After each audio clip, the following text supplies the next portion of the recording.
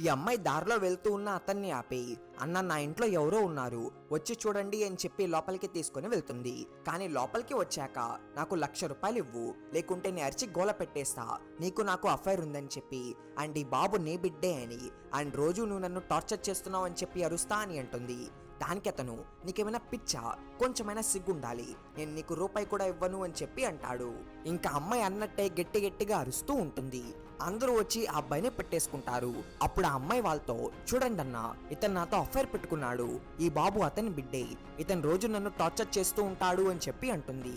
అప్పుడు అబ్బాయి దేవుడిని ప్రార్థిస్తాడు, ఓ దేవుడా, నేను నీకు రోజు పూజిస్తున్నాను, కానీ దానికి బదులుగా నువ్వేంటి నాకు ఇలా చేస్తున్నావు, ప్లీజ్ నన్ను కాపాడు దేవుడా అని చెప్పి అంటాడు.